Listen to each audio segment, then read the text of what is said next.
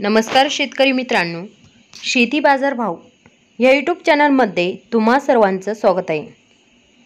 चला तर बघूया अहमदनगर जिल्ह्यातील कांदा बाजार भाव, आत्तापर्यंत आलेल्या बाजार समित्यांचे बाजार भाव।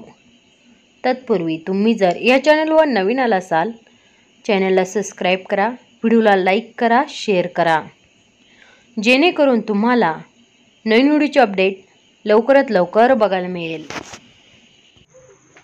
रावरी बाजारपेठ केम दर 200 रुपये क्विंटल, सर्वसाधारण दर 1600 रुपये क्विंटल, जास्तीत जास्त दर 3000 रुपये क्विंटल।